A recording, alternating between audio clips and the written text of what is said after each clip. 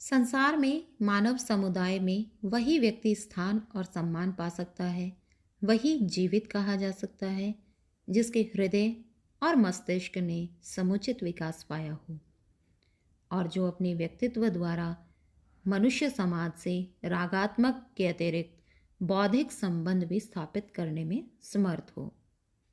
महादेवी जी के साथ इसी प्रकार का बौद्धिक संबंध स्थापित किया भक्तिन ने। तो आज हम कक्षा 12वीं की आरोह पुस्तक के गद्य खंड से एक अध्याय लेकर आए हैं जो कि संस्मरणात्मक रेखा चित्र है, जो कि महादेवी वर्मा की स्मृति की रेखाओं से लिया गया है। तो हम शुरू करते हैं पाठ के बहुविकल्पी प्रश्न। पहला प्रश्न है, भक्तिन पाठ की लेखिका कौन है? महादेवी वर्मा, मन्नू भंडारी, भक्तिन या निर्मला पुतुल? इसका सही जवाब है महादेवी वर्मा। भक्तिन पाठ की विधा क्या है? अभी बताया बच्चों मैंने कि कौन सी विधा में लिखा गया है। ध्यानपूर्वक सुनो। नाटक है, निबंध है, कहानी है या संस्मरणात्मक रेखा चित्र? बिल्कुल सही बच्चों, आपने सही अनुमान लगाया। ये है संस्मरणात्मक रेखा चित्र। भक्तिन महादेवी से कितने वर्ष बड़ी थी? 15 वर्ष, 20 वर्ष, 25 या फिर 30 वर्ष? तो महादेवी वर्मा से भक्तिन 25 वर्ष बड़ी थी। भक्तिन के सेवा धर्म में किस प्रकार का अधिकार है? अभिभावक जैसा, स्वामी जैसा, सेविका जैसा या माँ जैसा? तो इसका सही जवाब है अभिभावक जैसा। भक्तिन कहाँ की रहने वाली थी? झांसी, झूसी, हांसी या जूना? तो भक्तिन झूसी की रहने वाली थी। भक्तिन का स्वभाव कैसा है? कोमल व कठोर, कर्कश व कठोर, अभिमानी व कठोर। अंतिम विकल्प है छल कपट से पूर्ण। तो इसका सही जवाब है कर्कश व कठोर। अगला प्रश्न, भक्तिन किसके समान अपनी मालकिन के साथ रहती थी? छाया के जैसे, धूप के जैसे, वायु के जैसे या पालतू पशु के जैसे? तो इसका सही जवाब है छाया। छाया की तरह भक्तिन अपनी मालकिन के साथ रहती थी। भक्तिन का वास्तविक नाम क्या था? भक्तिन, लक्ष्मिन, दासिन या पार्वती? तो उसका वास्तविक नाम लक्ष्मिन था। महादेवी वर्मा क्या पढ़ते पढ़ते शहर और देहात के जीवन के अंतर पर विचार किया करती थी? पतंजलि सूत्र, शाल्व सूत्र, ज्ञान सूत्र या न्याय सूत्र?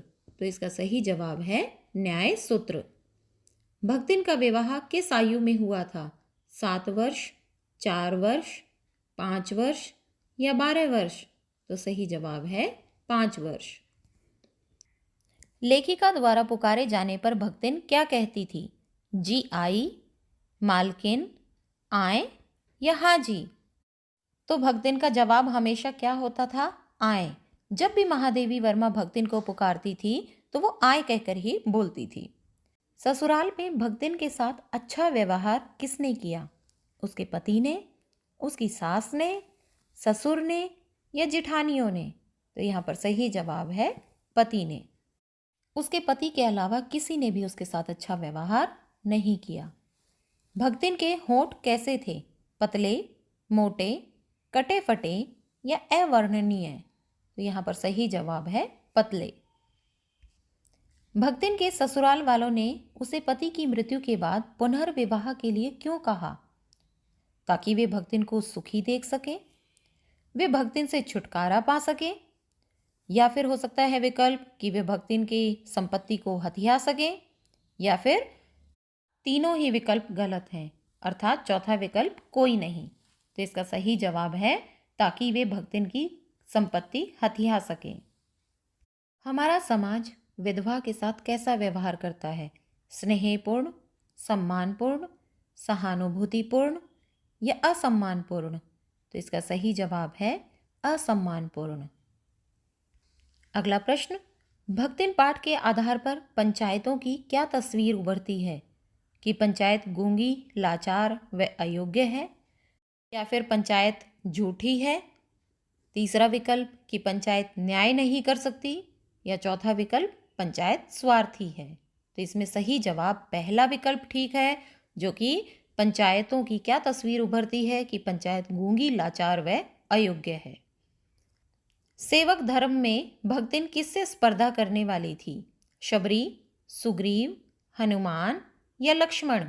तो सही जवाब है हनुमान। भक्तिन सेवक धर्म में हनुमान से स्पर्धा करती थी। भक्तिन का शरीर कैसा था? मोटा, दुबला, लंबा या दिव्य? तो सही जवाब है दुबला। खोटे सिक्कों की टकसाल का क्या अर्थ है? निकम्मी पत्नी, कन्याओं को जन्म देने वाली पत्नी, टकसाल से खोटे सिक्के निकालना या बेकार पत्नी? सही जवाब है कन्याओं को जन्म देने वाली पत्नी। जब एक के बाद एक लगातार 3 कन्याओं का जन्म हुआ तो उसे खोटे सिक्कों की टकसाल कहकर पुकारा गया। महादेवी ने लक्ष्मण को भक्तिन कहना क्यों आरंभ किया? क्योंकि वो तिलक लगाती थी, तिलक के कारण, चेहरा और स्वभाव देखकर, उसकी पूजा पाठ देखकर या फिर कंठी माला देखकर? सही जवाब चौथा विकल्प ठीक है कि महादेवी वर्मा ने भक्तिन की कंठी माला को देखकर ही उसे भक्तिन कहना शुरू किया। भक्तिन क्या नहीं बन सकी? गोरखनाथ, कवि, सत्यवादी हरिश्चंद्र या मीराबाई? तो उसमें कुछ गुणों के साथ साथ अवगुण भी थे। यही पर स्पष्ट है कि वो सत्यवादी हरिश्चंद्र नहीं बन पाई, कि वो हमेशा सच बोलने वाली नहीं रही। भक्तिन किससे डरती थी? बादल से, हिरण से, कारागार से, संसार से? तो सही जवाब है कारागार से, मतलब जेल से वो बहुत डरती थी। पति की मृत्यु के समय भक्तिन की आयु क्या थी? 19 वर्ष, 25 वर्ष, 29 वर्ष या 14 वर्ष? तो सही जवाब है 29 वर्ष। भक्तिन का कद कैसा था? लंबा, छोटा, मंझोला या बौना? तो सही जवाब है छोटा। भक्तिन जब शहर आई तो उसकी घुटी हुई चांद किससे ढकी थी? मतलब उसने अपने सिर को किससे ढक रखा था? टोपी से, साड़ी से, साफ स्वच्छ चुनरी से या मोटी मैली धोती से?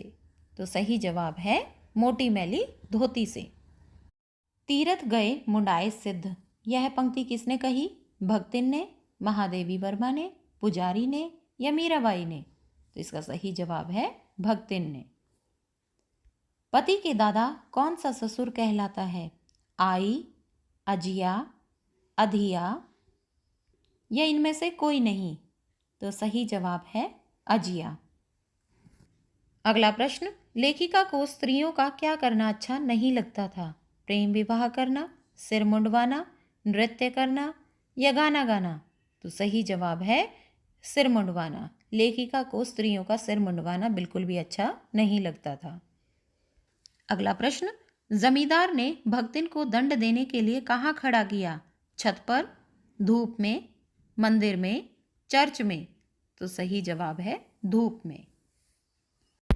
भक्तिन का गौना किस आयु में हुआ था? 9 वर्ष, 5 वर्ष, 13 वर्ष या 12 वर्ष? तो इसका सही जवाब है 9 वर्ष। यहीं पर हमारे सारे प्रश्नोत्तर समाप्त होते हैं। आप इन प्रश्नों का लिखकर अभ्यास करेंगे। मिलते हैं एक और नए अध्याय के साथ, तब तक के लिए धन्यवाद।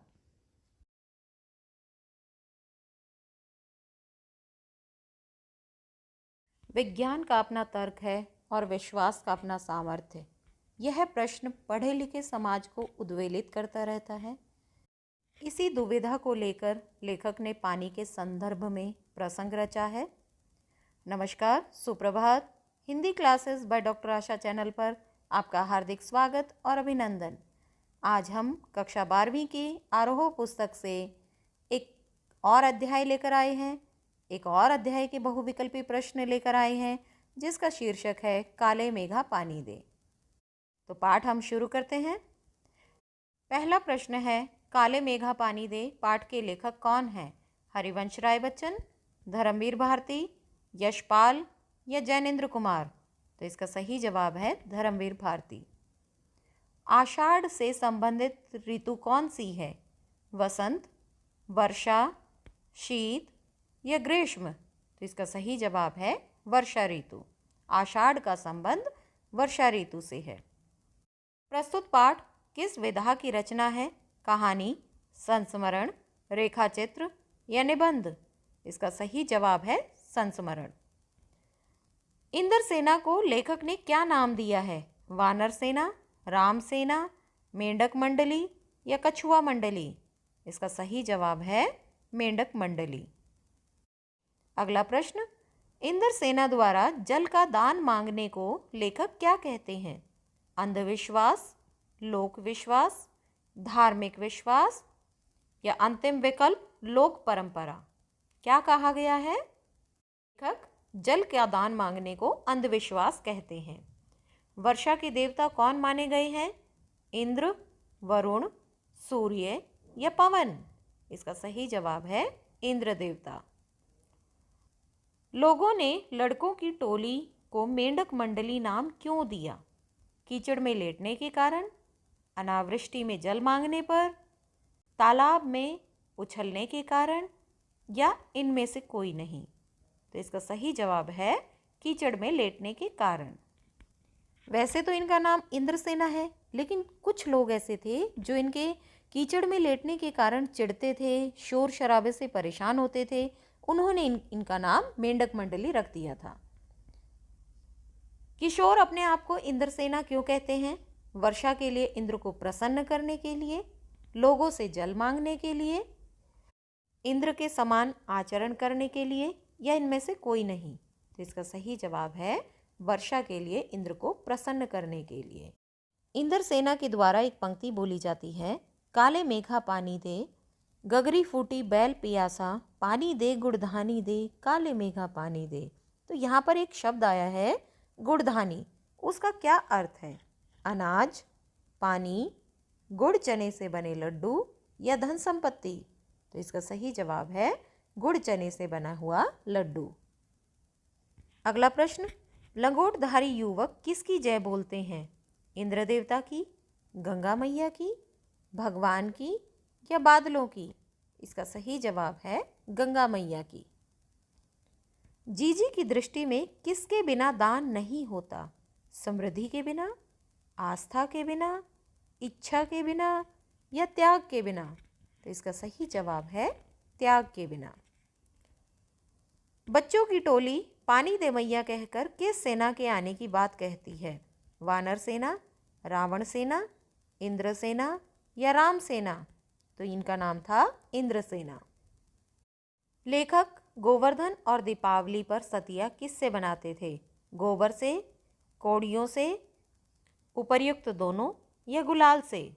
तो इसका सही जवाब होगा उपर्युक्त दोनों, मतलब गोबर और कौड़ियों से। जन्माष्टमी पर बचपन में लेखक 8 दिनों तक झांकी सजाकर क्या बांटता था? लड्डू, पंजीरी, बताशे या फल? तो इसका सही जवाब है पंजीरी। प्रस्तुत पाठ में किस लोक प्रचलित द्वंद्व का चित्रण किया गया है? आस्था और अनास्था, विश्वास और विज्ञान, पाप पुण्य या कोई नहीं? तो इसका सही जवाब है विश्वास और विज्ञान।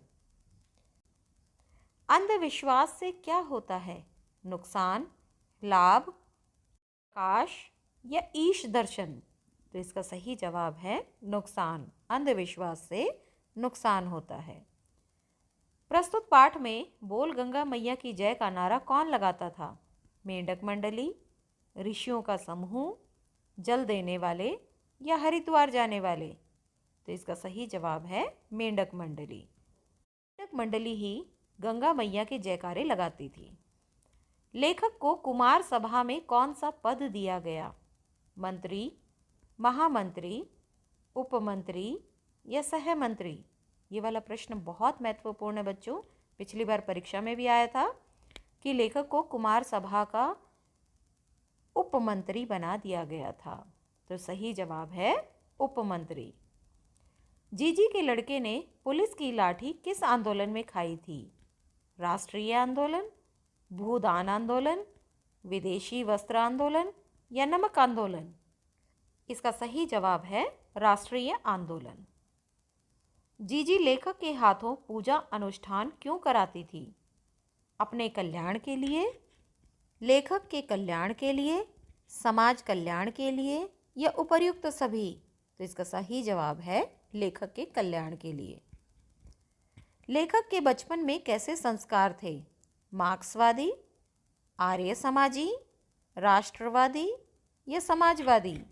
यहाँ पर सही जवाब है आर्य समाजी। प्रस्तुत पाठ लेखक के जीवन की किस अवस्था से संबंधित है? किशोरावस्था, बुढ़ापा, यौवन या बाल्यावस्था? इसका सही जवाब है किशोरावस्था। पानी दे गुड़धानी दे संगीत की दुनिया में क्या माना जाता है? शास्त्रीय ज्ञान, पाश्चात्य ज्ञान, समूह गान या नादबोध? इसका सही जवाब है समूह गान। जेठ महीने का सबसे गर्म समय किस नाम से पुकारा जाता है? लोक तपा, प्रचंड तपा, आग तपा या 10 तपा? इसका सही जवाब है 10 तपा, मतलब 10 दिन तक धरती तपती रहती है। अगला प्रश्न, भारतीय अंग्रेजों से किस माध्यम के कारण पिछड़ गए? विकल्प हैं अंधविश्वास, ध्यान, दर्शन या भक्ति? इसका सही जवाब है अंधविश्वास।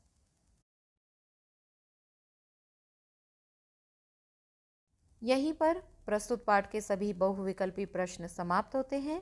आशा है आपने ध्यानपूर्वक सुने होंगे। मिलते हैं अगले अध्याय में, तब तक के लिए धन्यवाद। विकल्प मिलेंगे बहुत मार्ग भटकाने के लिए, संकल्प एक ही काफ़ी है मंजिल तक जाने के लिए।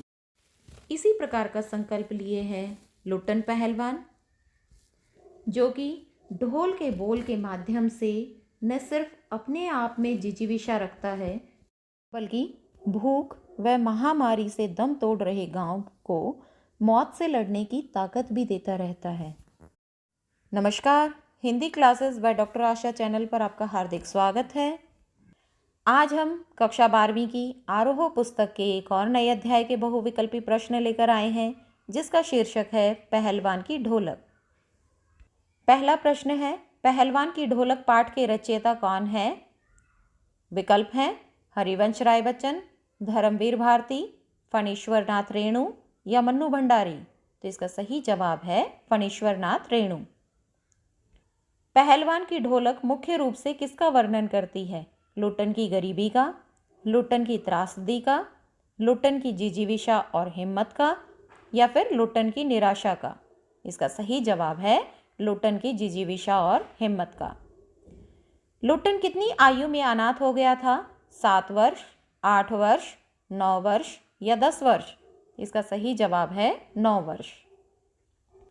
किस पहलवान को शेर का बच्चा कहा गया? सूरत सिंह, तारा सिंह, धारा सिंह या चांद सिंह?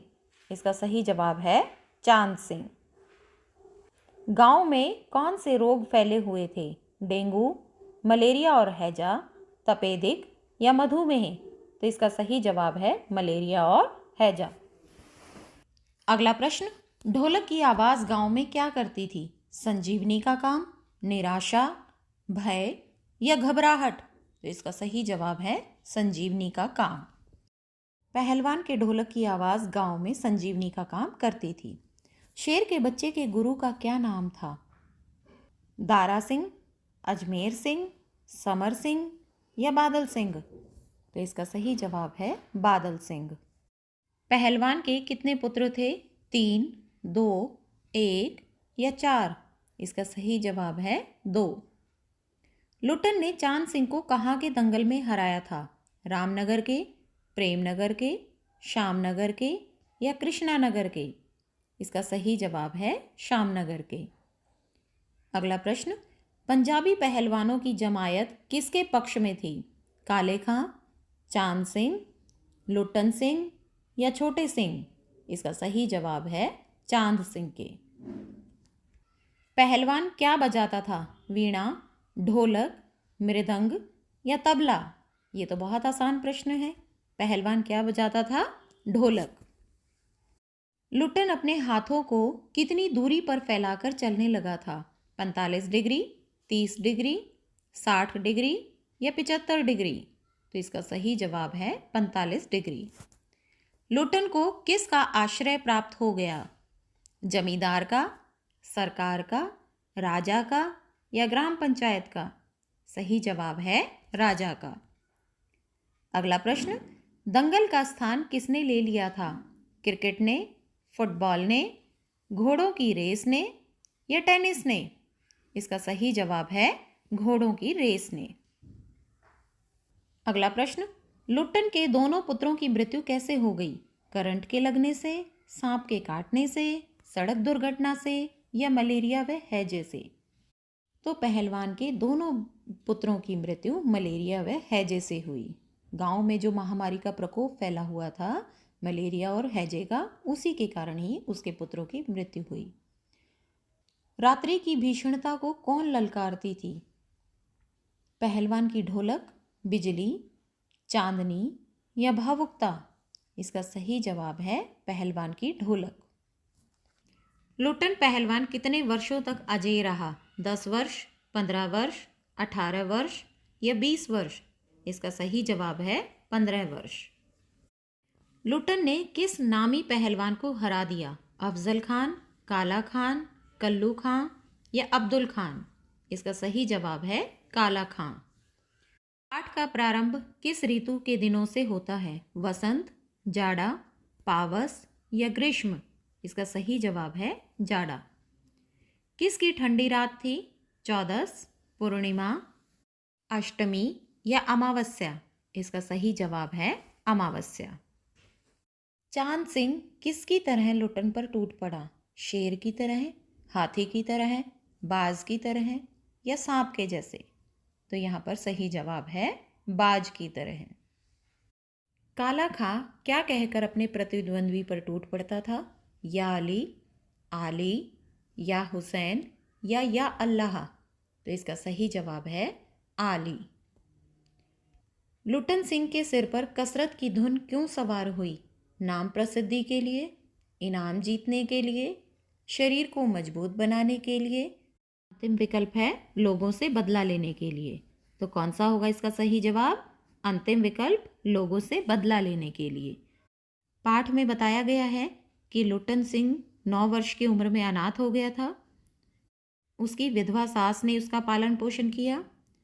गांव वाले तरह तरह से उसकी सास को तकलीफ देते थे। लुट्टन सिंह के सिर पर कसरत की धुन लोगों से बदला लेने के लिए ही सवार हुई थी।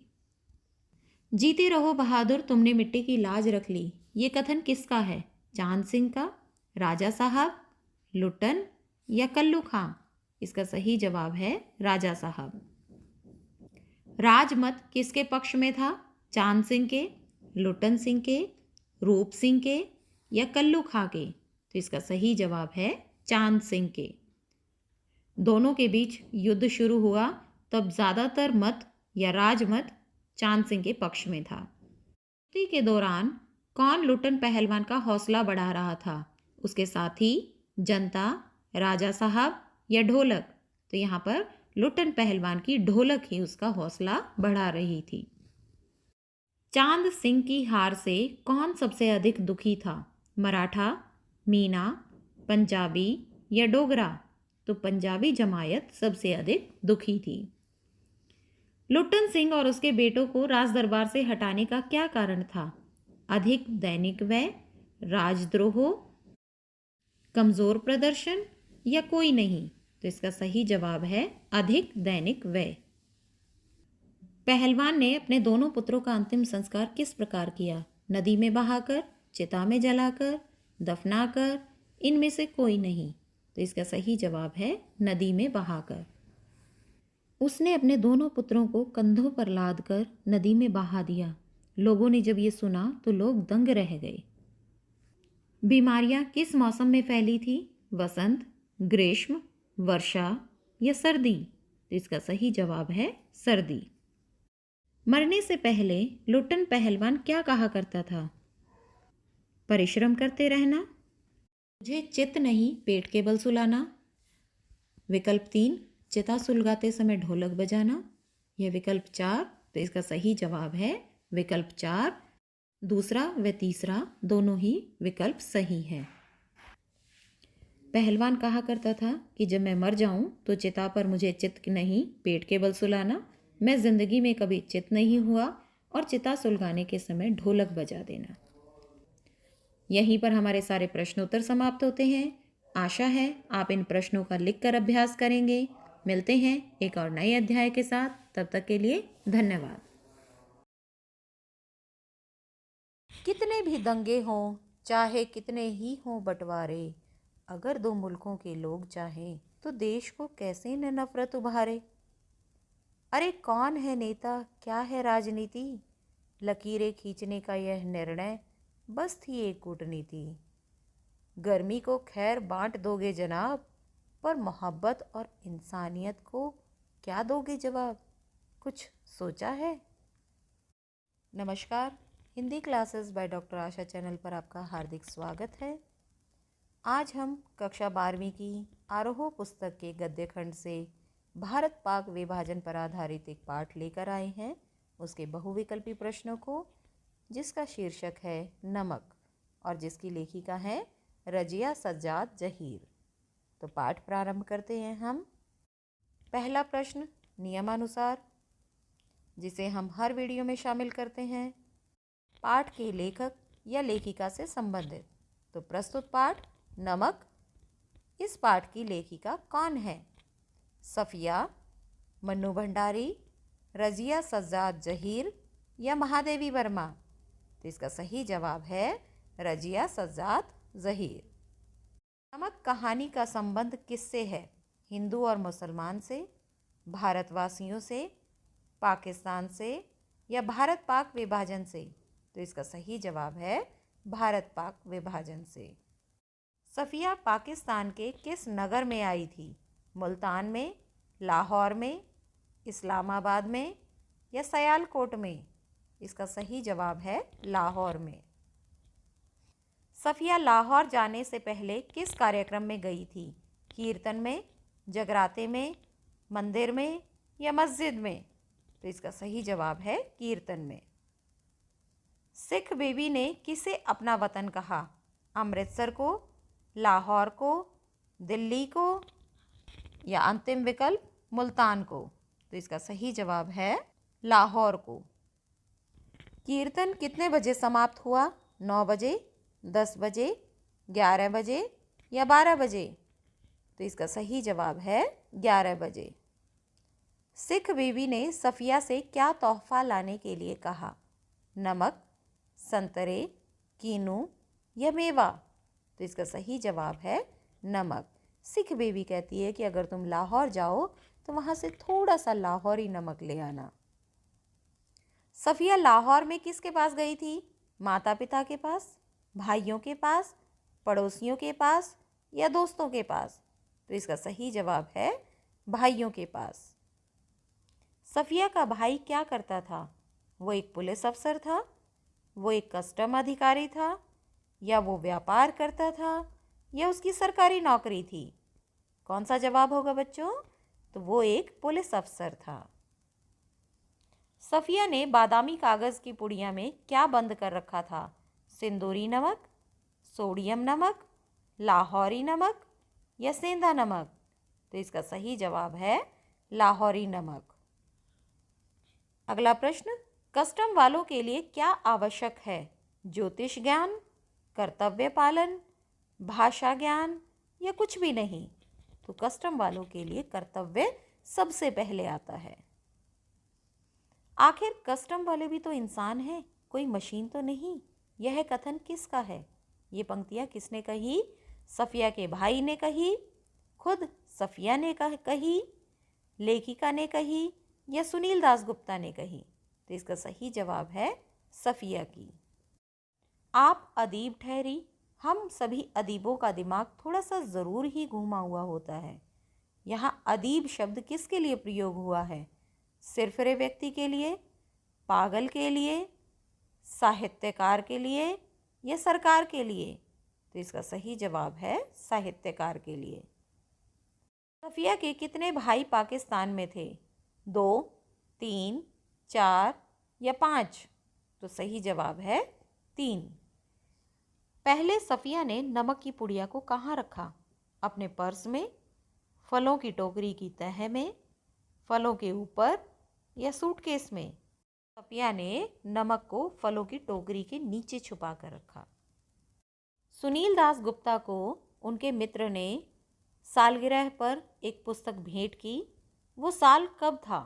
1944, 1942, 1946 या 1950? तो इसका सही जवाब है 1946। कस्टम अधिकारी को उसके बचपन के दोस्त ने किस अवसर पर पुस्तक भेंट की थी?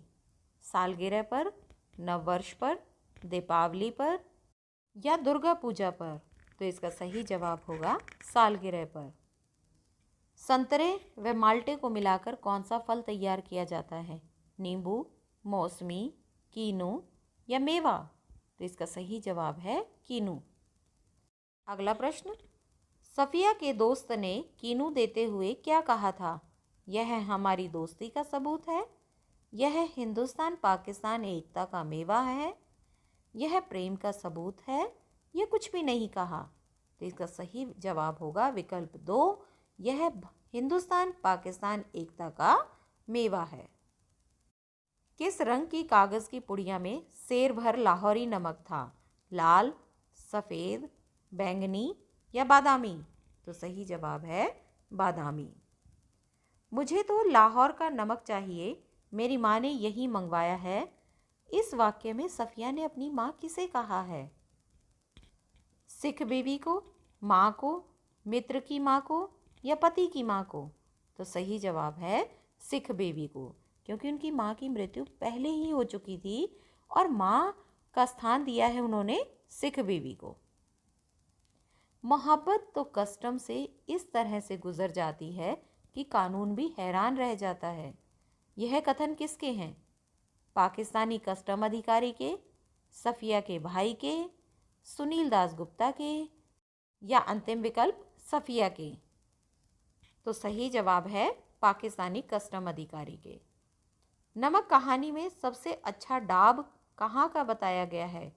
कोलकाता का, रांची का, मथुरा का या ढाका का? तो सही जवाब है ढाका का। अगला प्रश्न, सफिया अपने आप को क्या कहती है? मुगल, पठान, शेख या सैयद? तो सही जवाब है सैयद। सुनील दास गुप्ता किसे अपना वतन मानता है? भारत को, पाकिस्तान को, दिल्ली को या ढाका को? सही जवाब है ढाका को। सफिया कहाँ की रहने वाली है? विकल्प हैं कराची, बंगाल, जालंधर या लाहौर? तो सही जवाब है लाहौर। सुनील दास गुप्ता अपने भाई के साथ बचपन में किस साहित्यकारों को पढ़ते थे? नजरुल व टैगोर, टैगोर व शरत चंद्र, नजरुल व शरत चंद्र, नजरुल व निराला? तो सही जवाब है नजरुल व टैगोर। अमृतसर में सफिया के सामान की जांच करने वाले नौजवान कस्टम अधिकारी बातचीत और सूरत में कैसे लगते थे? गुजराती, बंगाली, पाकिस्तानी या पंजाबी? तो सही जवाब है बंगाली। सफिया की अम्मा सफ़ेद बारीक मलमल का दुपट्टा कब ओढ़ा करती थी? मुहर्रम पर, ईद पर, रक्षाबंधन पर या रमज़ान पर? तो सही जवाब है मुहर्रम पर। हमारा वतन तो लाहौर ही है, यह कथन किसका है? सिख बीबी का, सुनील दास गुप्ता का, सफिया का या सफिया के बड़े भाई का? तो सही जवाब है सिख बीबी का। सफिया का दिल्ली तक का किराया किसने दिया? पिता ने, माँ ने, भाई ने या भाभी ने? तो सही जवाब है भाई ने। 2 चाय लाओ अच्छी वाली नमक कहानी में कस्टम अधिकारी ने दूसरी बार चाय किसके लिए मंगवाई थी? सहायक के लिए, सफिया के लिए, पुलिस अधिकारी के लिए या लेखिका के लिए? तो सही जवाब है सफिया के लिए।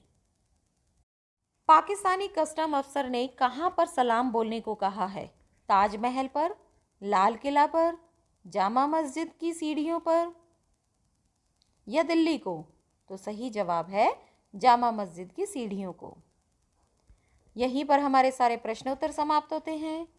मुझे आशा है आप इन प्रश्नों का लिखकर अभ्यास करेंगे ताकि हमारी परीक्षा की अच्छी प्रकार से तैयारी हो सके। मिलते हैं एक और नए अध्याय के साथ। तब तक के लिए धन्यवाद।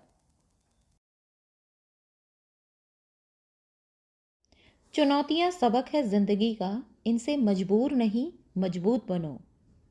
नमस्कार, सुप्रभात। हिंदी कक्षा में आपका हार्दिक स्वागत और अभिनंदन। आज हम कक्षा 12वीं के एक कविता के बहुविकल्पी प्रश्नों के साथ उपस्थित हुए हैं, जिसका शीर्षक है सहर्ष स्वीकारा है। पहला प्रश्न वही हमारी कविता के कवि से संबंधित। प्रस्तुत कविता सहर्ष स्वीकारा है के कवि कौन है? शमशेर बहादुर सिंह, रघुवीर सहाय, गजानन माधव मुक्तिबोध या हरिवंश राय बच्चन? तो इसका सही जवाब है गजानन माधव मुक्तिबोध। प्रश्न संख्या 2, प्रस्तुत कविता कवि के किस काव्य संग्रह से ली गई है? चांद का मुंह टेढ़ा है, भूरी भूरी खाक धूल, अंधेरे में या एक अंतर कथा? तो इसका सही जवाब है भूरी भूरी खाक धूल। अगला प्रश्न, ममता के बादल की मंडराती कोमलता कहाँ पिराती है? बाहर, सर्वत्र, भीतर या बीच में? इसका जवाब है भीतर। प्रस्तुत कविता में गरीबी को कैसा बताया गया है? शर्मीली, सुखदायक, दुख भरी, गर्बीली? तो यहाँ पर गरीबी को गर्बीली बताया गया है। और गर्बीली शब्द विशेषण शब्द है जो कि गरीबी संज्ञा शब्द के लिए प्रयोग किया गया है। प्रस्तुत कविता में बहलाती सहलाती आत्मीयता क्या नहीं होती? बर्दाश्त, फालतू, कम या जहरीली? तो इसका सही जवाब है बर्दाश्त, क्योंकि कवि ने कहा है बहलाती सहलाती आत्मीयता बर्दाश्त नहीं होती है। अगला प्रश्न, कविता में कवि की आत्मा कैसी हो गई है? कमजोर और अक्षम, दृढ़, संवेदनशील या सबल? इसका सही जवाब है कमजोर और अक्षम। कविता में कवि कहाँ लापता होना चाहता है? वायु में, बादलों में, आकाश में या धुएं के बादलों में? इसका सही जवाब है धुएं के बादलों में। विवरों शब्द का क्या अर्थ है? बादल, बिल, गुफा, शिविर? इसका सही जवाब है बिल। गुहाओं का क्या अर्थ है? बादल, बिल, गुफाओं या शिविर? तो इसका सही जवाब है गुफाओं। यहाँ पर एक काव्य पंक्ति है, सचमुच मुझे दंड दो कि हो जाऊं पाताली अंधेरे की गुहाओं में, विवरों में, धुएं के बादलों में, बिल्कुल मैं लापता। तो यहाँ पर कितने प्रश्न आ गए? गुहाओं में, गुहाओं का मतलब क्या होता है? गुफाओं में। विवरों में, विवरों मतलब क्या होता है? बिल में। और कवि कहाँ लापता हो जाना चाहते हैं? धुएं के बादलों में। तो इस काव्य पंक्ति में 3 प्रश्न समाहित हो गए हैं। प्रस्तुत कविता में किस भाव की प्रधानता है? क्रूरता, विनय, कठोरता या दयनीयता? तो इसका सही जवाब है विनय। परिवेष्टित शब्द का क्या अर्थ है? पगड़ी, परिचय, चारों ओर से घेरा हुआ या परिक्रमा? तो इसका सही जवाब है चारों ओर से घेरा हुआ। भवितव्यता किसे डराती है? संपाति को, पराती को, बिलखाती को या छाती को? तो इसका सही जवाब है छाती को। कवि कहते हैं छटपटाती छाती को भवितव्यता डराती है। अब आप सोच रहे होंगे कि ये भवितव्यता शब्द क्या है और इसका क्या मतलब है? तो प्रस्तुत है इसके भी विकल्प। क्या मतलब होगा इसका? जो भाग्य में न लिखा हो, जो भाग्य में लिखा हो, जो कर्म में न लिखा हो या जो कर्म में लिखा हो। तो भवितव्यता का अर्थ है जो भाग्य में लिखा हो। कवि ने सहर्ष स्वीकारा है कविता में गर्बीली गरीबी यह में गरीबी क्या है? इस प्रश्न का उत्तर मैं पहले बता चुकी हूँ बच्चों। गरीबी संज्ञा शब्द के लिए किसका प्रयोग किया गया है? विकल्प हैं विशेषण, प्रविशेषण, क्रिया या सर्वनाम। तो इसका सही जवाब है विशेषण। कवि को कैसी आत्मीयता सहन नहीं होती? समझाने वाली, संवेदनात्मक, बहलाती सहलाती या विचारात्मक? तो इसका सही जवाब है बहलाती सहलाती। कवि ने जिंदगी में जो है उसे कैसे स्वीकारा है? सहर्ष, सरोष, सप्रयास या साभार। हमारा शीर्षक क्या है? सहर्ष स्वीकारा है, मतलब खुशी खुशी स्वीकार किया है। कवि के अनुसार पृथ्वी के दक्षिणी ध्रुव पर कैसा अंधकार है? काला, गहनता का, अमावस्या का या पूर्णिमा का? तो सही जवाब है अमावस्या का। भूलू मैं क्या है? अहंकार, संवेदना, ममता या स्वयं? तो इसका सही जवाब है अहंकार। तो म शब्द का प्रयोग अहंकार के लिए प्रयोग किया गया है। भीतर की सरिता का क्या अर्थ है? मनोभाव, अशांति, नदी या क्रांति? तो इसका सही जवाब है मनोभाव। यहाँ पर सरिता का पर्यायवाची हो सकता है नदी, लेकिन भीतर की सरिता शब्द के लिए किसके लिए प्रयोग किया गया है? मनोभाव के लिए। कवि ने अपने अनुभवों को कैसा बताया है? सुखद, गंभीर, दुखद या सुंदर? तो इसका सही जवाब है गंभीर। कवि से क्या सहा नहीं जाता? गहन अंधकार, धूप में खड़ा होना, रमणीय उजाला या शोर? तो इसका सही जवाब है रमणीय उजाला। कवि ने अपनी प्रियतमा की तुलना किससे की है? कमल से, चांद से, आईने से या आकाश से? तो इसका सही जवाब है चांद से। कवि मुक्तिबोध के पास किसका वैभव है? गरीबी, अमीरी, अनुभव, विचार? तो इसका सही जवाब है विचार। यहीं पर हमारे सारे प्रश्नोत्तर समाप्त होते हैं। तो प्रस्तुत कविता में हमने देखा कि कवि सभी चीज़ों को सहर्ष मतलब खुशी खुशी स्वीकार करता है और यह कविता जीवन के सुख दुख, संघर्ष अवसाद, उठापटक सम्यक भाव से अंगीकार करने की प्रेरणा देती है। आशा है सभी प्रश्न आपको अच्छे से समझ में आ गए होंगे। मिलते हैं एक और नए अध्याय के साथ, तब तक के लिए धन्यवाद। हुनर सिखाया नहीं जाता, हासिल किया जाता है, और कैमरे के सामने आने का हुनर भी हासिल किया जाता है। सुप्रभात, Hindi classes by doctor Asha channel पर आपका हार्दिक स्वागत है। आज हम एक और नई कविता के बहुविकल्पी प्रश्नों के साथ उपस्थित हुए हैं, जिसका शीर्षक है कैमरे में बंद अपाहिज, जो कि रघुवीर सहाय जी के काव्य संग्रह है जो लोग भूल गए हैं से लिया गया है। तो प्रस्तुत है बहुविकल्पी प्रश्न। इसका पहला प्रश्न है, कैमरे में बंद अपाहिज कविता के कवि का क्या नाम है? ऑप्शन है आलोक धनवा, 2 रघुवीर सहाय, नंबर 3 कुंवर नारायण, नंबर 4 शमशेर बहादुर सिंह। तो कौन सा विकल्प ठीक होगा बच्चों? दूसरा विकल्प रघुवीर सहाय। कैमरे में बंद अपाहिज कविता किस काव्य संग्रह में संकलित है? अभी मैंने क्या बताया था आपको, ध्यानपूर्वक सुनो बच्चों। सीढ़ियों पर धूप में, आत्महत्या के विरुद्ध, जो लोग भूल गए हैं, हंसो हंसो जल्दी हंसो। मुझे उम्मीद है शुरुआत में भी आपने ध्यानपूर्वक सुना होगा। तो इसका सही जवाब है जो लोग भूल गए हैं। कैमरे में बंद अपाहिज कविता में किस पर व्यंग्य किया गया है? अपाहिज पर, दर्शकों पर, व्यवस्था पर या दूरदर्शन वालों पर? तो इसका सही जवाब है दूरदर्शन वालों पर। कैमरे में बंद अपाहिज कविता में समर्थ, शक्तिवान किसे बताया गया है? अपाहिज को, कैमरामैन को, दूरदर्शन वालों को या निर्देशक को? तो इसका सही जवाब है दूरदर्शन वालों को। पहली पंक्ति में कवि ने कहा है, हम दूरदर्शन पर बोलेंगे, हम समर्थ शक्तिवान, हम एक दुर्बल को लाएंगे एक बंद कमरे में। अगला प्रश्न, कैमरे में बंद अपाहिज कविता में दूरदर्शन कर्मियों की किस मनोवृत्ति को दर्शाया गया है? संवेदनशीलता या संवेदनहीनता, करुणा या दुर्बलता? इसका सही जवाब है संवेदनहीनता।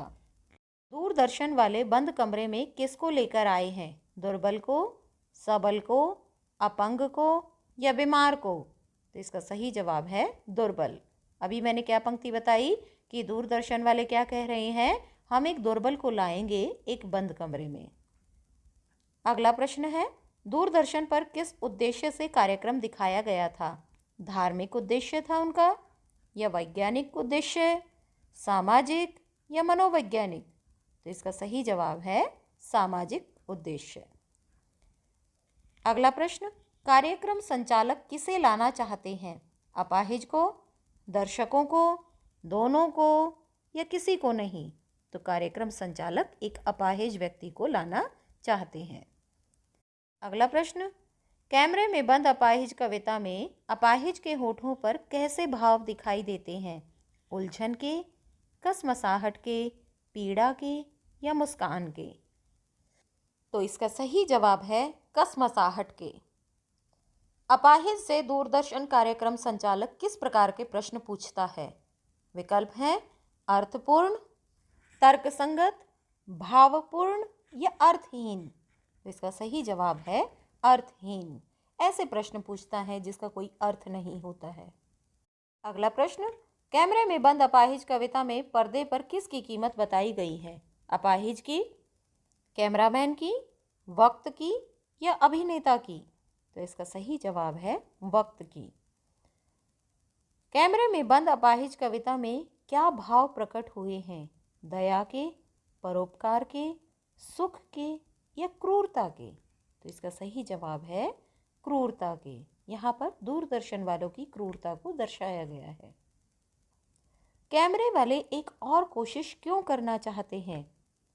कार्यक्रम को रोचक बनाने के लिए, अपाहिज की अपंगता को भरने के लिए, तस्वीर साफ दिखाने के लिए या चमत्कार उत्पन्न करने के लिए? तो इसका सही जवाब है कार्यक्रम को रोचक बनाने के लिए। दूरदर्शन पर जो कार्यक्रम दिखाया जा रहा है वो कार्यक्रम कैसा होना चाहिए? अद्भुत, दिव्य, रोचक या अलौकिक? तो इसका सही जवाब है रोचक। मतलब कार्यक्रम ऐसा होना चाहिए जिससे लोग उसे देखें, लोगों में कार्यक्रम को देखने के प्रति रुचि उत्पन्न हो। कैमरे में बंद अपाहिज कविता में किस शैली का प्रयोग हुआ है? वर्णनात्मक शैली, विवेचन शैली, प्रतीकात्मक शैली या नाट्य शैली? तो इसका सही जवाब है नाट्य शैली। कैमरे में बंद अपाहिज कविता में दूरदर्शन कर्मियों की किस प्रवृत्ति का उद्घाटन किया गया है? संवेदनशीलता, दयालुता, दुर्बलता या संवेदनहीनता व क्रूरता? तो इसका सही जवाब है संवेदनहीनता व क्रूरता। कैमरे में बंद अपाहिज कविता में करुणा के मुखौटे में छिपी किसकी कविता है? दया की, परोपकार की, क्रूरता की या वात्सल्य की? तो इसका सही जवाब है क्रूरता की, क्योंकि कारुणिक मुख दिखाकर उसके पीछे जो भाव हैं वो क्रूरता के हैं। कैमरे में बंद अपाहिज कविता में किस प्रकार की भाषा का प्रयोग हुआ है? संस्कृत निष्ठ भाषा, सहज सरल भाषा, साहित्यिक ब्रज भाषा या साहित्यिक अवधि भाषा? तो इसका सही जवाब है सहज सरल भाषा। कैमरे में बंद अपाहिज कविता में कैमरा एक साथ क्या दिखाना चाहता है? नए और पुराने कार्यक्रम, दर्शक और अपाहिज रोते हुए, सामान्य व्यक्ति की दुर्दशा और खुशी, समाचार और खेल? इसका सही जवाब है दर्शक और अपाहिज रोते हुए। अगला प्रश्न, प्रस्तुतकर्ता दर्शकों को क्या रखने के लिए अनुरोध करता है? शांति, धैर्य, हिम्मत या दया? इसका सही जवाब है धैर्य, क्योंकि यहाँ पर कवि कहते हैं या दूरदर्शन वालों के माध्यम से कवि कहते हैं कि वे एक और कोशिश करना चाहते हैं और दर्शकों को कहते हैं कि धीरज रखिए, देखिए हम दोनों एक संग रुलाने वाले हैं। दूरदर्शन वाले कैमरे पर क्या दिखाएंगे? हंसी, रोने से फूली आंखें, अपंगता या नृत्य? तो इसका सही जवाब है रोने से फूली आंखें। अगला प्रश्न, अपाहिज से निम्नलिखित में से कौन सा प्रश्न पूछा गया? तो क्या आप अपाहिज हैं? आप अपाहिज क्यों हैं? आपको अपाहिज होकर कैसा लगता है?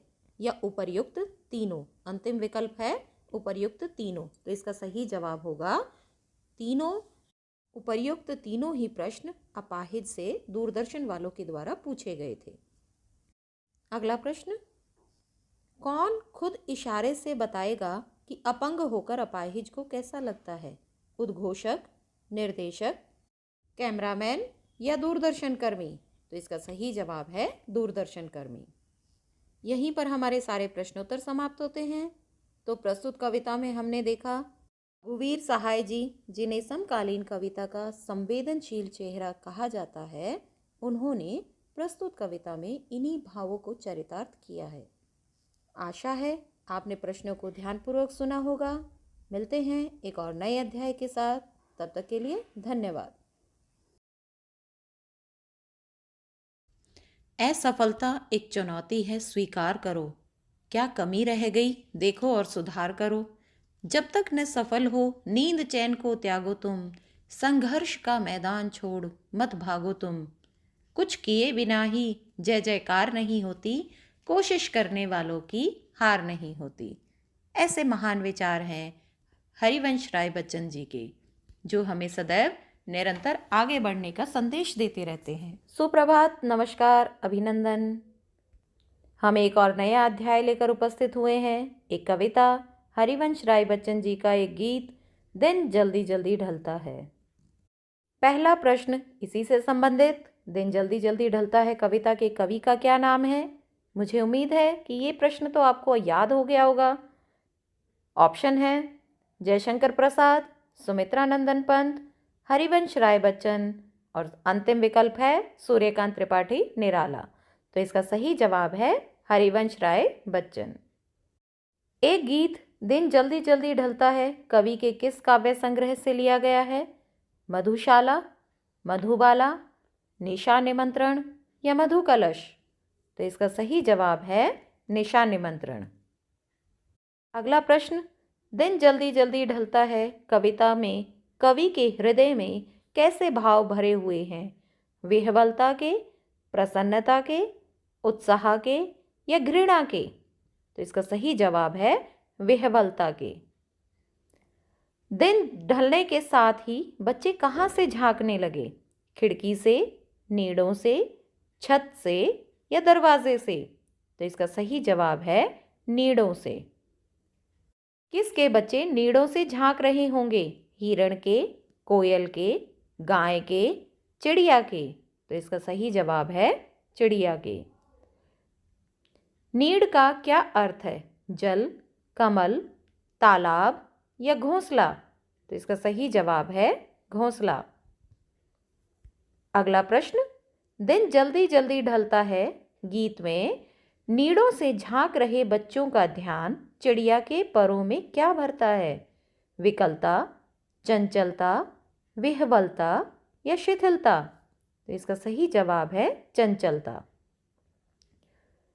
पथ में रात हो जाने के डर से कौन जल्दी जल्दी चलता है? पथिक, शेर, चिड़िया या कवि? तो इसका सही जवाब है पथिक। अगला प्रश्न, किसके बच्चे प्रत्याशा में हैं? गाय के, कवि के, चिड़िया के या पथिक के? तो यहाँ पर सही जवाब है चिड़िया के। अगला प्रश्न, प्रत्याशा का क्या अर्थ है? देखना, चिड़िया, आशा या लक्ष्य? तो इसका सही जवाब है आशा। अगला प्रश्न, मुझसे मिलने को कौन विकल दिन जल्दी जल्दी ढलता है गीत का यह प्रश्न उर में क्या भरता है? विह्वलता, शिथिलता, चंचलता या उपर्युक्त सभी? तो इसका सही जवाब है विह्वलता। कविता की पंक्ति है, मुझसे मिलने को कौन विकल, मैं हूं किसके हित चंचल, यह प्रश्न शिथिल करता पद को, भरता उर में विह्वलता है। मतलब उर मतलब हृदय में विह्वलता के भाव हैं। शीघ्र अपने बच्चों के पास पहुंचने की इच्छा चिड़िया की किस क्रिया से प्रकट होती है? चहचहाने से, पीड़ा के तड़पने से, तेज उड़ने से या जल्दी जल्दी दाना चुगने से? तो इसका सही जवाब है तेज उड़ने से। मैं हूं किसके हित चंचल, यह प्रश्न पैरों को कैसा कर देता है? शिथिल, विह्वल, चंचल या उपर्युक्त सभी? तो इसका सही जवाब होगा शिथिल। अभी थोड़ी देर पहले हमने एक पंक्ति बोली थी, यह प्रश्न शिथिल करता पद को, पद मतलब पैरों को।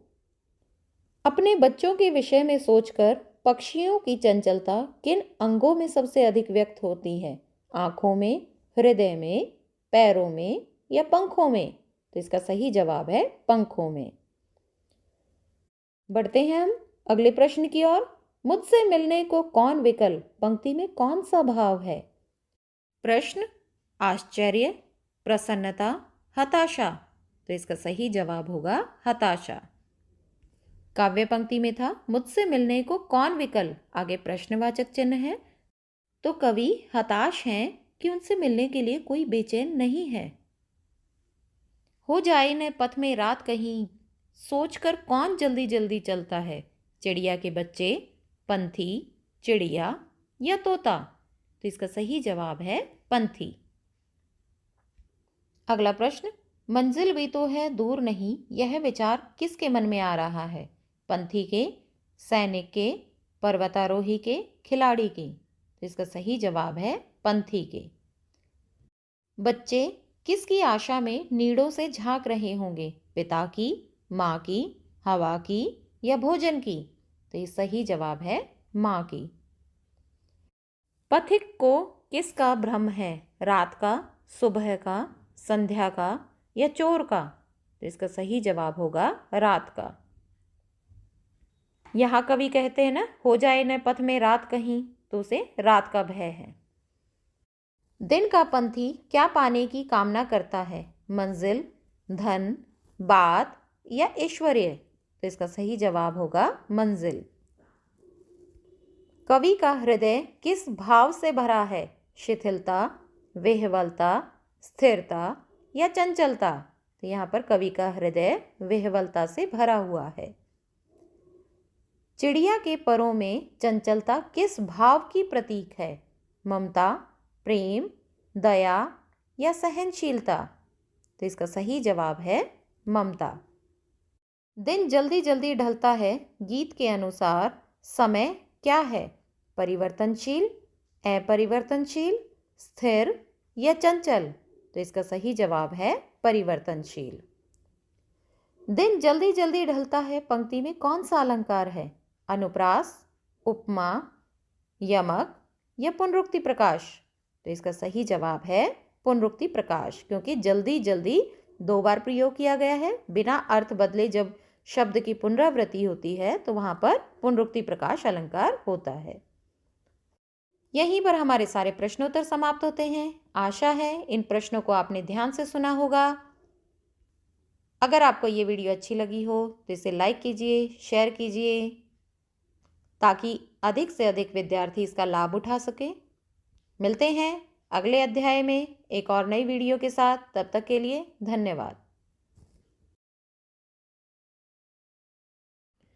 बुद्धि का विकास मानव के अस्तित्व का अंतिम लक्ष्य होना चाहिए, ऐसे महान विचार हैं डॉक्टर भीमराव अंबेडकर जी के। सुप्रभात, नमस्कार, अभिनंदन। Hindi classes by doctor Asha channel पर आपका हार्दिक स्वागत है। आज हम कक्षा 12वीं के बहुविकल्पी प्रश्नों के साथ उपस्थित हुए हैं। तो शुरू करते हैं एक पाठ के बहुविकल्पी प्रश्न, जिसका शीर्षक है श्रम विभाजन और जाति प्रथा, जिसे लिखा है डॉक्टर भीमराव अंबेडकर जी ने।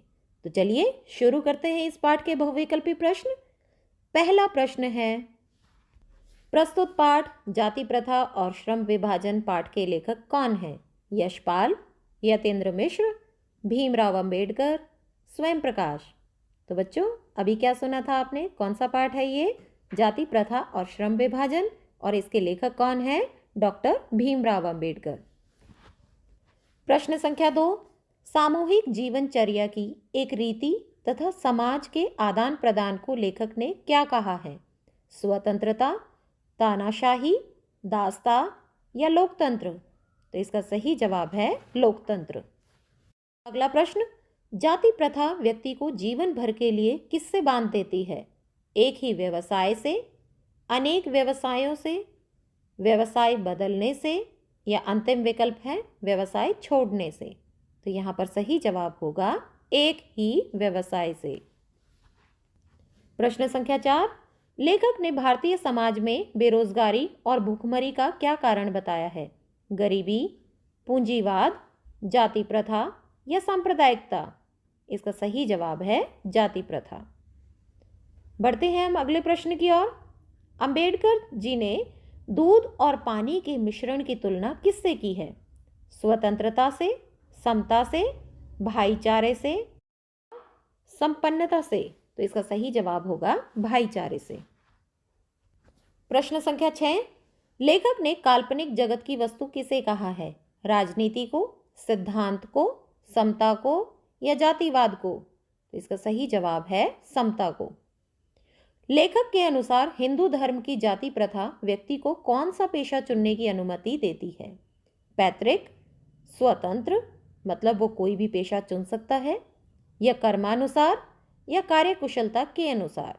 तो इसका सही जवाब होगा पैतृक, मतलब जो उसके पिता का व्यवसाय है वही उसको चुनना पड़ता है।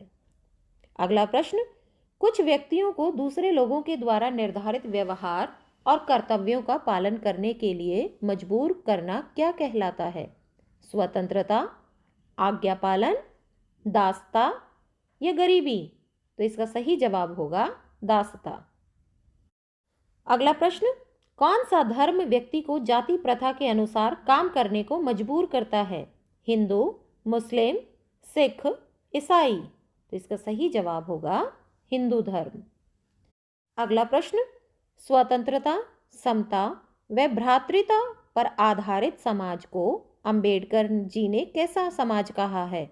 अच्छा, महत्वपूर्ण, आदर्श या स्वीकार्य? तो इसका सही जवाब होगा आदर्श। अगला प्रश्न, लेखक के अनुसार इस युग में किसके पोषकों की कमी नहीं है? श्रमवाद, जातिवाद, धर्मवाद या राजनीति?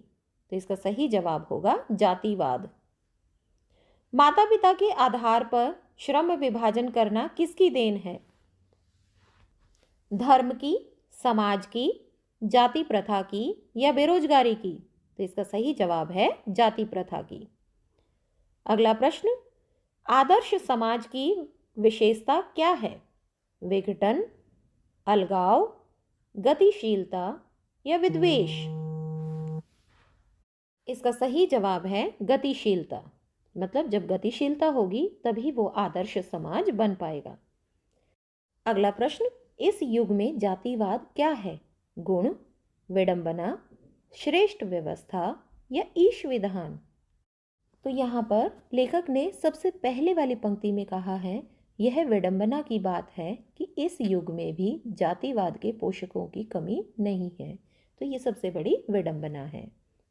अगला प्रश्न, बाबा साहेब ने किस प्रकार के समाज की कल्पना की है? स्वतंत्र समाज की, समान समाज की, आदर्श समाज की या गतिशील समाज की? तो इसका सही जवाब है आदर्श समाज की। लेखक के अनुसार दास्ता का संबंध किससे नहीं है? ध्यान दो बच्चों, किससे नहीं है? समाज से, कानून से, शिक्षा से या धन से? तो इसका सही जवाब है कानून से। अगला प्रश्न, किस क्रांति में समता शब्द का नारा लगाया गया था? रूसी क्रांति में, फ्रांसीसी क्रांति में, जर्मनी क्रांति में या जापानी क्रांति में? तो इसका सही जवाब है फ्रांसीसी क्रांति में। अगला प्रश्न, किसके आधार पर समानता अनुचित है? अनुचित मतलब जो उचित नहीं है। वंश परंपरा और सामाजिक प्रतिष्ठा के, रोजगार व धन के, जाति और धर्म के या धर्म और शिक्षा के? तो इसका सही जवाब है वंश परंपरा और सामाजिक प्रतिष्ठा के। अगला प्रश्न, जाति प्रथा के पोषक किन जातियों से संबंधित है? छोटी जातियों से, उच्च जातियों से, राजनेताओं से या धार्मिक नेताओं से? तो इसका सही जवाब है उच्च जातियों से। अगला प्रश्न, आर्थिक विकास के लिए जाति प्रथा का परिणाम कैसा है? हानिकारक, लाभकारी, उपयोगी या कोई नहीं? तो इसका सही जवाब है हानिकारक। अगला प्रश्न, श्रम के परंपरागत तरीकों में किस प्रकार से परिवर्तन हो रहा है? शिक्षा के कारण, गरीबी के कारण, बेरोजगारी के कारण या फिर आधुनिक तकनीक के कारण? तो इसका सही जवाब होगा आधुनिक तकनीक के कारण। बढ़ते हैं अगले प्रश्न की ओर। जाति प्रथा मनुष्य की स्वाभाविक प्रेरणा, रुचि व आत्मशक्ति को दबाकर उसे क्या बना देती है? निष्क्रिय, सक्रिय, कर्मशील या गतिशील? तो इसका सही जवाब होगा निष्क्रिय। आधुनिक सभ्य समाज कार्यकुशलता के लिए किसे आवश्यक मानता है? जाति प्रथा को, शिक्षा को, श्रम विभाजन को या प्रोत्साहन को? तो इसका सही जवाब है श्रम विभाजन। बड़ा होने पर लेखक का किस समाज से मोह भंग हो गया? मुस्लिम, जैन, हिंदू या बौद्ध धर्म? तो इसका सही जवाब है हिंदू धर्म। समाज को किस दृष्टिकोण से दो वर्गों में बांटना अनुचित है? दासता, आर्थिक, सामाजिक या मानवतावादी? तो इसका सही जवाब है मानवतावादी। अगला प्रश्न, लेखक के अनुसार किस पहलू से जाति प्रथा हानिकारक है? राजनीतिक, सामाजिक, धार्मिक या आर्थिक? सही जवाब है आर्थिक। अगला प्रश्न, जब व्यक्ति का दिल और दिमाग काम नहीं करता तब उसके काम में क्या प्राप्त नहीं होती? आज़ादी, शक्ति, कुशलता या रुचि? तो इसका सही जवाब होगा कुशलता। मतलब जब व्यक्ति अपने दिल और दिमाग के साथ काम नहीं करेगा तो उसके कार्य में कुशलता आ ही नहीं सकती। अगला प्रश्न, इस पाठ का हिंदी रूपांतरण किसने किया है? ललई सिंह यादव ने, मनीराम यादव ने, राकेश यादव ने या मोहन यादव ने? तो इसका सही जवाब है ललई सिंह यादव ने। लेखक का आदर्श समाज आधारित नहीं है। किस पर आधारित नहीं है? स्वतंत्रता पर, जाति प्रथा पर, समता पर या भ्रातृता पर? तो इसका सही जवाब है जाति प्रथा पर। यहीं पर हमारे सारे प्रश्नोत्तर समाप्त होते हैं। आशा है आपने प्रश्नों को ध्यानपूर्वक सुना होगा और मैं आपसे ये उम्मीद रखती हूँ कि आप इन प्रश्नों का लिखकर अभ्यास करेंगे। मिलते हैं एक और नए अध्याय के साथ।